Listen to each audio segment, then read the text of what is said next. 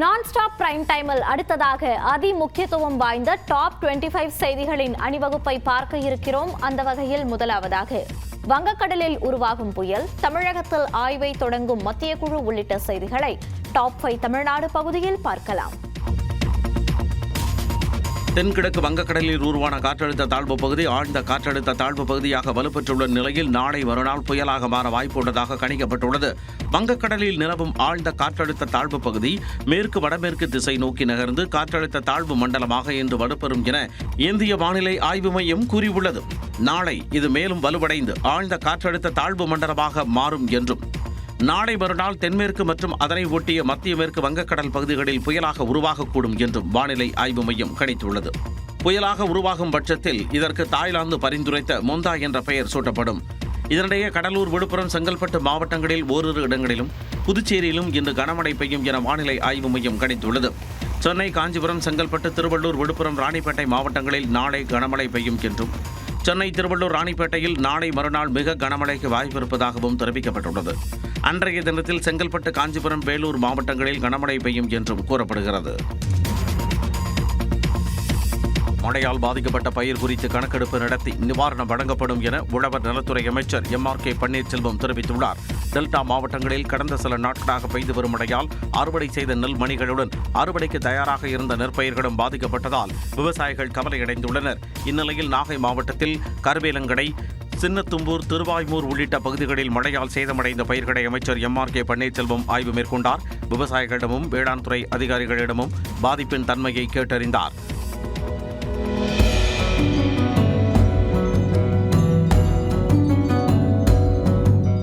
திருவாரூர் மாவட்டம் கோமல் பகுதியில் சேதமடைந்த குறுவை நெற்பயிர்களை ஆய்வு செய்த அமைச்சர் 33% மேல் பாதிக்கப்பட்ட பயிர்களுக்கு நிவாரணம் வழங்க நடவடிக்கை எடுக்கப்படும் என கூறினார். ஆக கிட்டத்தட்ட பாதிக்கப்பட்ட 25,000 ஏக்கர் அளவுக்கு நீரில் மூழ்கிக்கின்ற ஒரு வந்திருக்க செய்தி. ஆக அந்த இதெல்லாம் இந்த பாதிப்புகள்லாம் கணக்கெடுக்கிற பணியை உத்தரவிடப்பட்டிருக்கிறது. பாதிக்கப்பட்ட நெல்மணிகளை அமைச்சரிடம் காண்பித்து உரிய நிவாரணம் வழங்கும்படி விவசாயிகள் கோரிக்கை விடுத்தனர். நெல்லின் ஈரப்பதம் தொடர்பாக தமிழ்நாடு வரும் மத்திய குழுவினர் இன்று 5 மாவட்டங்களில் ஆய்வை தொடங்குகின்றனர். தமிழ்நாட்டில் 1800க்கும் மேற்பட்ட கொள்முதல் நிலையங்கள் மூலம் நெல் கொள்முதல் செய்யப்பட்டு வருகிறது. வடகிழக்கு பருவமழை பெய்ய தொடங்கியதால் நெல்லின் ஈரப்பதம் அதிகரித்தது. இதனால் நெல் ஈரப்பதத்தை 17% இருந்து 22% உயர்த்த தமிழ்நாடு அரசு கடிதம் மூலம் மத்திய அரசுக்கு கோரிக்கை விடுத்திருந்தது. அதனைத் தொடர்ந்து தமிழ்நாட்டில் கொள்முதல் செய்யப்பட உள்ள நெல்லின் ஈரப்பதத்தினை ஆய்வு செய்ய மத்திய அரசு 3 குழுவை அமைத்தது. இந்த குழு இன்று முதல் 3 நாட்கள் ஆய்வு மேற்கொள்ள இருக்கிறது. இதற்காக தலா 3 அதிகாரிகளை கொண்ட 3 மத்திய குழுவினர் இன்று தமிழ்நாட்டிற்கு வருகை தருகின்றனர். முதல் நாளான இன்று செங்கல்பட்டு, தஞ்சாவூர், மயிலாடுதுறை, திருச்சி, புதுக்கோட்டை மாவட்டங்களிலும், நாளை திருவள்ளூர், காஞ்சிபுரம், திருவாரூர், நாகை, மதுரை, தேனி மாவட்டங்களிலும், திங்கட்கிழமை கடலூர் மாவட்டத்திலும் ஆய்வு செய்யும் மத்திய குழுவினர் விவசாயிகளிடம் குறைகளை கேட்டறிந்து அறிக்கையை மத்திய அரசிடம் அளிப்பார்கள் என தெரிகிறது. தொடர் மழை காரணமாக திண்டுக்கல் மாவட்டம் அய்யலூர் சந்தைக்கு தக்காளி வரத்து குறைந்திருப்பதால் அதன் விலை உயர வாய்ப்பிருப்பதாக வியாபாரிகள் தெரிவித்துள்ளனர். தக்காளிக்கென பிரத்யேக சந்தை அய்யலூரில் செயல்படுகிறது. கடவூர், தென்னம்பட்டி, வடமதுரை என சுற்றுவட்டாரங்களில் இருந்து சந்தைக்கு கொண்டுவரப்படும் தக்காளிகளை பிற மாவட்ட வியாபாரிகள் ஏல முறையில் வாங்கிச் செல்வார்கள். இந்த நிலையில் தொடர் மழை காரணமாக அங்கு தக்காளி வரத்து குறைந்துள்ளது. கடந்த மாதம் வரை 50 டன் தக்காளி வரத்து இருந்த சந்தைக்கு தற்போது வெறும் 5 டன் தக்காளி மட்டுமே கொண்டுவரப்படுகிறது. கிலோ 10 முதல் 15 ரூபாய்க்கு விற்பனையாகி வந்த தக்காளி தற்போது 40 ரூபாய்க்கு விற்கப்படுகிறது. வரும் நாட்களில் கிலோ 100 ரூபாய் வரை அதிகரிக்க வாய்ப்பிருப்பதாக வியாபாரிகள் கூறுகின்றனர். இந்த விலை இன்னும் கூடும் தான் எதிர்பார்க்குறோம். ஏன்னா மழை பெஞ்சனால தக்காளி பயிர் எல்லாமே நிறைய சேதமாயிடுச்சு. அதனால் வரவு ரொம்ப கம்மி. கிட்டத்தட்ட 5 டன் தான் வந்துக்கிட்டு இருக்கு. 50 டன் 60 டன் வர வேண்டிய இடத்துல இன்னும் விலை கூடுறதுக்கு தான் வாய்ப்பு இருக்கு. வெளி மாநிலங்களிலிருந்து தக்காளி வரத்து குறைந்திருப்பதும் விலை உயர்வுக்கு காரணம் என்று வியாபாரிகள் தெரிவிக்கின்றனர். பருவமழையை எதிர்கொள்வதற்கான முன்னெச்சரிக்கை நடவடிக்கைகளை தீவிரப்படுத்துமாறு முதலமைச்சர் அறிவுறுத்தியுள்ளார். அடையாறு ஆற்றை சீரமைப்பதற்கான பணிகள் சென்னை வெள்ளத்தடுப்பு அறக்கட்டளை வாயிலாக மேற்கொள்ளப்பட்டு வருகிறது. சென்னை சீனிவாசபுரம் அருகே அடையார் ஆறு கடலில் கிடக்கும் முகத்துவாரத்தில் நடைபெற்று வரும் இந்த பணிகளை முதலமைச்சர் நேரில் ஆய்வு செய்தார். அப்போது முகத்துவாரத்தை அகலப்படுத்தும் பணிகளை விரைந்து முடிக்குமாறு அதிகாரிகளுக்கு முதலமைச்சர் மு.க.ஸ்டாலின் அறிவுறுத்தினார். இதையடுத்து மழை வெள்ள பாதிப்புகள் குறித்து உயர் அதிகாரிகளுடன் முதலமைச்சர் மு.க.ஸ்டாலின் ஆலோசனை நடத்தினார். தலைமைச் செயலகத்தில் நடைபெற்ற இந்த கூட்டத்தில் தலைமைச் செயலாளர் மற்றும் துறை சார்ந்த அதிகாரிகள் கலந்து கொண்டனர். அப்போது மழை பாதிப்புகள் குறித்து கேட்டுக்கொண்ட முதலமைச்சர் முன்னெச்சரிக்கை நடவடிக்கைகளை மேற்கொள்ள அதிகாரிகளுக்கு அறிவுரை வழங்கினார். இந்நிலையில் பருவமழை தீவிரமடைந்துள்ளதால் தமிழ்நாட்டில் உள்ள முக்கிய ஆறுகளில் நீர்வரத்து மேலும் அதிகரிக்கும் என மத்திய நீர்வளத்துறை எச்சரிக்கை விடுத்துள்ளது. காவிரி, வெள்ளாறு, தென்பெண்ணை, வைகை, கொசஸ்தலை ஆகிய ஆறுகளில் நீர்வரத்து உயரும் எனவும் இந்த ஆறுகளின் கரையோரங்களில் வசிப்போர் பாதுகாப்பாக இருக்க வேண்டும் எனவும் அறிவுறுத்தியுள்ளது. கரூர் நெரிசலில் சிக்கி 41 பேர் இறந்து 1 மாதமாக உள்ள நிலையில் பாதிக்கப்பட்ட குடும்பத்தினரை மாமல்லபுரத்திற்கு வரவழைத்து வரும் திங்கட்கிழமை தாவேகா தலைவர் விஜய் சந்திக்க இருப்பதாக தகவல் வெளியாகியுள்ளது. வேலுச்சாமிபுரத்தில் தாவேகா தலைவர் விஜய் பரப்புரையின் போது கூட்ட நெரிசலில் சிக்கி 41 பேர் உயிரிழந்த சம்பவம் பெரும் சோகத்தை ஏற்படுத்தியது. இந்த விவகாரத்தில் விஜய் வீடியோ வெளியிட்டு இறந்தோர் குடும்பத்திற்கு இரங்கல் தெரிவித்தார். சில நாட்கள் கழித்து பாதிக்கப்பட்டோரிடம் வீடியோ காலில் பேசிய விஜய் நேரில் வருவதாக அவர்களிடம் கூறியிருந்தார். தொடர்ந்து உயிரிழந்தோர் குடும்பத்தினருக்கு தாவேகா தரப்பில் 20 லட்சம் ரூபாய் அவர்களின் வங்கிக் கணக்கில் செலுத்தப்பட்டது. இது தொடர்பாக அறிக்கை வெளியிட்டிருந்த விஜய் சட்ட ரீதியான அனுமதி முன்னெடுப்புகளை எடுத்து வருவதாகவும் அனுமதி கிடைத்ததும் நிச்சயமாக சந்திப்போம் என்றும் தெரிவித்திருந்தார். இதையடுத்து கரூரில் உள்ள மண்டபத்தில் பாதிக்கப்பட்டோரை சந்திக்க விஜய் திட்டமிட்டதாக கூறப்பட்டது. ஆனால் மண்டபம் கிடைப்பதில் சிக்கல் நீடித்ததாக தாவேகா தரப்பில் சொல்லப்படுகிறது. இந்த நிலையில் சென்னையை அடுத்த மாமல்லபுரத்தில் பாதிக்கப்பட்டோரை சந்திக்க விஜய் முடிவு செய்திருப்பதாக கூறப்படுகிறது. பாதிக்கப்பட்டவர்களை வரவழைத்து இந்த சந்திப்பை வரும் திங்கட்கிழமை நடத்த திட்டமிட்டுள்ளதாகவும் தகவல்கள் தெரிவிக்கின்றன. கரூர் துயரம் கடந்த செப்டம்பர் மாதம் 27ஆம் தேதி நிகழ்ந்த நிலையில் சரியாக 1 மாதத்திற்கு பிறகு, அதாவது அக்டோபர் 27ஆம் தேதி இந்த சந்திப்பு நடைபெறுவது குறிப்பிடத்தக்கது. இபிஎஸ் தலைமையிலான கூட்டணியை விஜய் ஏற்றால் அது தற்கொலைக்கு சமம் என டிடிவி தினகரன் தெரிவித்துள்ளார். சிவகங்கை மாவட்டம் திருப்பத்தூரில் மருதுபாண்டியர் சகோதரர்களின் 224வது நினைவு தினத்தை ஒட்டி அவர்களது சிலைக்கு அமமுக பொதுச் செயலாளர் டிடிவி தினகரன் மரியாதை செலுத்தினார். தொடர்ந்து செய்தியாளர்களை சந்தித்த அவர் எடப்பாடி பழனிசாமியுடன் விஜய் கூட்டணி வைக்க வாய்ப்பு இல்லை என்றார். இன்னும் 1 மாசத்துக்கு இதை வச்சு ஓட்டுவார். விஜய் அதுக்கு பதில் சொல்ற வரைக்கும் இதை ஓட்ட போறாரு தவிர அதுக்கு வாய்ப்பே 1% கூட வாய்ப்பு இல்லை என்று தான் நினைக்கிறேன். ஏன்னா விஜய் போய் அது மாதிரி பழனிசாமி தலைமை ஏற்றுக்கிட்டாருன்னா அது அவருக்கு அது இட்ஸ் லைக் சூசைடல் அட்டம். இதைத் தொடர்ந்து புதுக்கோட்டையில் பேட்டியளித்த அவர் தாவேகா எதிர்க்கட்சியாக வர வாய்ப்புள்ளதாகவும் சரியான கூட்டணி அமைந்தால் தேர்தலில் விஜயின் தாக்கம் அதிகமாக இருக்கும் என்றும் தெரிவித்தார்.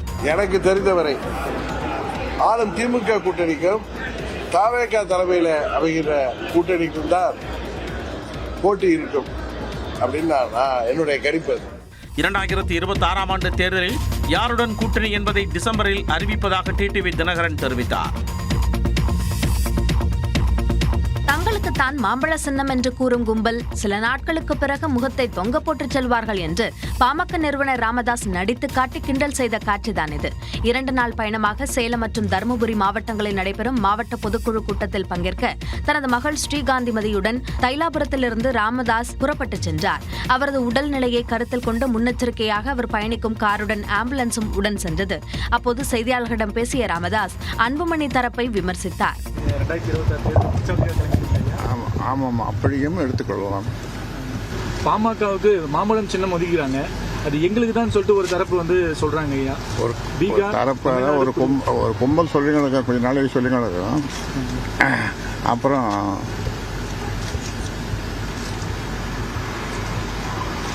எப்படி இது கொஞ்சம் தொங்க போட்டு என்ன பாருயா. சரியா, கொஞ்ச நாளைக்கு பிறகு 2026 தேர்தல் சுற்றுப்பயணத்தை தொடங்கிவிட்டதாகவும் ராமதாஸ் கூறினார். டெல்டா விவசாயிகளின் கண்ணீருக்கு திமுக அரசுதான் பொறுப்பேற்க வேண்டுமென தெரிவித்துள்ள பாமக தலைவர் அன்புமணி காவிரி பாசன மாவட்டங்களில் நெல் கொள்முதலை விரைவுபடுத்த வேண்டுமென வலியுறுத்தியுள்ளார்.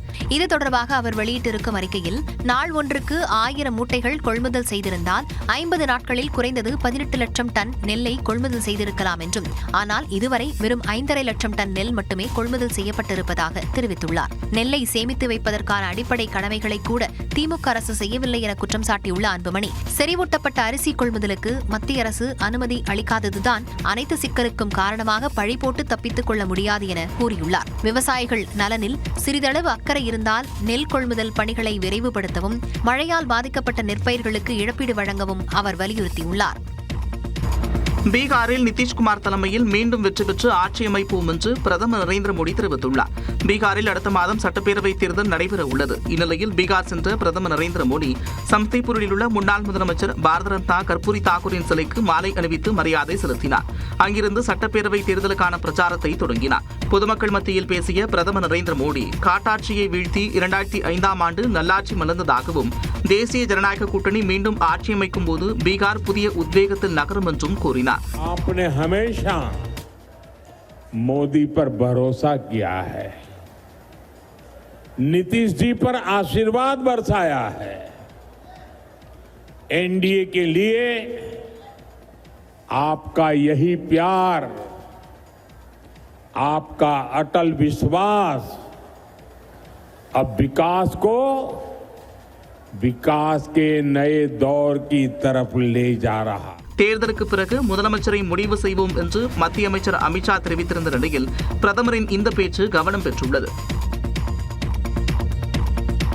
குற்றம் மற்றும் ஊழல் இல்லாத பீகாரை உருவாக்க உள்ளதாக மகா கத்பந்தன் கூட்டணி முதலமைச்சர் வேட்பாளர் தேஜஸ்வி யாதவ் தெரிவித்துள்ளார். பீகாரில் அடுத்த மாதம் 2 கட்டங்களாக சட்டப்பேரவை தேர்தல் நடைபெறும் நிலையில் நீண்ட இழுபறிக்கு பின்னர் மகா கத்பந்தன் கூட்டணியின் முதலமைச்சர் வேட்பாளராக தேஜஸ்வி யாதவ் அறிவிக்கப்பட்டார். இந்நிலையில் பாட்னாவில் செய்தியாளர்களை சந்தித்த தேஜஸ்வி யாதவ் பீகார் மக்களுக்கு போலியான வாக்குறுதிகளை வழங்கப் போவதில்லை என்றும் எது நடக்குமோ எதை செயல்படுத்த முடியுமோ அதையே மக்களுக்கு வாக்குறுதிகளாக வழங்குவதாகவும் தெரிவித்தார். நாட்டின் டாப் 5 மாநிலங்கள் பாஜகவின் ஆட்சியின் கீழ் அதிக குற்றங்கள் நிறைந்த மாநிலங்களாக காணப்படுவதாக குற்றம் சாட்டிய தேஜஸ்வி யாதவ் பீகாரை குற்றம் மற்றும் ஊழல் இல்லாத மாநிலமாக உருவாக்க உள்ளதாக தெரிவித்தார். बिहार के लोग भी सीएम बनेंगे, यानी चिंता मुक्त बनाएंगे हम, और यही नहीं बल्कि अपराध भ्रष्टाचार मुक्त बिहार बनाएंगे. இதனிடையே ஆர்ஜேடி வேட்பாளர்கள் போட்டியிடும் 4 தொகுதிகளில் காங்கிரஸ் மற்றும் விகாஷில் இன்சான் கட்சி வேட்பாளர்கள் தங்கள் வேட்புமனுவை வாபஸ் பெற்றனர். டெல்லியில் பெண்கள் இரவு பணி செய்ய அனுமதித்து டெல்லி தொழிலாளர் துறை அறிக்கை வெளியிட்டுள்ளது. அதன்படி கடைகள் மற்றும் வணிக நிறுவனங்களில் பெண்கள் இரவு நேர பணியில் வேலை செய்ய அதிகாரப்பூர்வமாக அனுமதி அளிக்கப்பட்டுள்ளது. பெண் ஊழியர்களை இரவு பணியில் ஈடுபடுத்தும் நிறுவனங்கள் அவர்களின் எழுத்துப்பூர்வ சம்மதம் பெற வேண்டும் என்றும் பணிக்கு வரவும் பணி முடிந்து திரும்பும் போதும் போக்குவரத்து வசதி மற்றும் அலுவலகங்களில் சிசிடிவி கண்காணிப்பு உள்ளிட்ட போதுமான பாதுகாப்பு ஏற்பாடுகளை செய்ய வேண்டும் என்றும் தெரிவிக்கப்பட்டுள்ளது. மேலும் மதுபான கடைகளில் பெண்கள் இரவு பணி செய்வதற்கு மட்டும் தடை நீடிக்கும் என்றும் கூறப்பட்டுள்ளது. பெண்கள் இரவு பணியில் ஒரு நாளைக்கு 9 மணி நேரம், வாரத்திற்கு 48 மணி நேரம் மட்டுமே வேலை செய்ய அனுமதி என்றும் கூடுதல் நேர வேலைக்கு இரட்டிப்பு ஊதியம் உள்ளிட்ட சலுகைகள் வழங்க வேண்டும் என்றும் தெரிவிக்கப்பட்டுள்ளது. டெல்லி முதலமைச்சர் ரேகா குப்தா கடந்த ஜூலையில் அறிவித்த இந்த சீர்திருத்தம் 1954 டெல்லி கடைகள் மற்றும் நிறுவனங்கள் சட்ட விதிகளை திருத்தியதன் மூலம் தற்போது நடைமுறைக்கு வந்துள்ளது. முன்னதாக தமிழ்நாடு, கர்நாடகா, மகாராஷ்டிரா, ஒடிசா மற்றும் ஜார்க்கண்ட் போன்ற மாநிலங்கள் ஏற்கனவே பெண்கள் இரவு நேர பணி செய்ய அனுமதி வழங்கியிருப்பது குறிப்பிடத்தக்கது. பிரான்சில் 13 ஆண்டு காலம் சுற்றுலா பயணிகளை மகிழ்வித்து வந்த பாண்டாக்கள் தற்போது மீண்டும் தனது தாயகமான சீனாவுக்கு திரும்ப இருக்கின்றன. சீனா, பிரான்ஸ் ஆகிய 2 நாடுகளின் நட்புறவுக்கு அடையாளமாக 2012ஆம் ஆண்டு பீஜிங் நகரில் இருந்து 2 பாண்டாக்கள் பாரிஸுக்கு அனுப்பி வைக்கப்பட்டன. செயின்ட் ஆக்னனில் உள்ள பூங்காவில் வளர்ந்த 2 பாண்டாக்களுக்கு ஹுவான் ஹுவான், யுவான் சி என்று பெயர் வைக்கப்பட்டிருந்தது. எந்த நேரமும் சேட்டை கொடுக்கும் இந்த செல்ல கரடிகளை பார்ப்பதற்கென்றே தனி கூட்டம் பூங்காவிற்கு வரும்.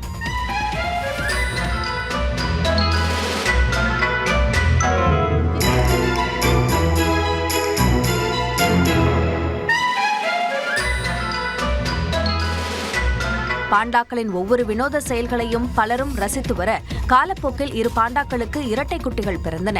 தற்போது ஹுவான் ஹுவான் பாண்டாவுக்கு சிறுநீரக பிரச்சனை ஏற்பட்டிருப்பதால் அதனுடன் சேர்ந்து யுவான்சி பாண்டாவையும் சீனாவுக்கு அடுத்த மாத இறுதியில் அனுப்பி வைக்கிறது. இதனால் வருத்தமடைந்துள்ள பூங்கா ஊழியர்கள் எஞ்சிய நாட்களை 2 பாண்டாக்களுடனும் கழித்து வருகின்றனர். இத்தனை ஆண்டுகளாக தங்கள் குழந்தையை போன்று பார்த்து கொண்ட பாண்டா செல்லங்களை பிரிவது அவ்வளவு எளிதான காரியம் அல்ல என்று அவர்கள் நெகிழ்ச்சியுடன் கூறுகின்றனர். ஹுவான் ஹுவான், யுவான்சி என 2 பாண்டாக்களும் தனது தாயகத்திற்கு திரும்பினாலும் அவர்கள் மூலம் பிறந்த இரட்டை குட்டிகள் பூங்காவை குதூகலப்படுத்தும் என்பதே ஊழியர்களுக்கு சற்று ஆறுதலான செய்தியாக அமைந்துள்ளது.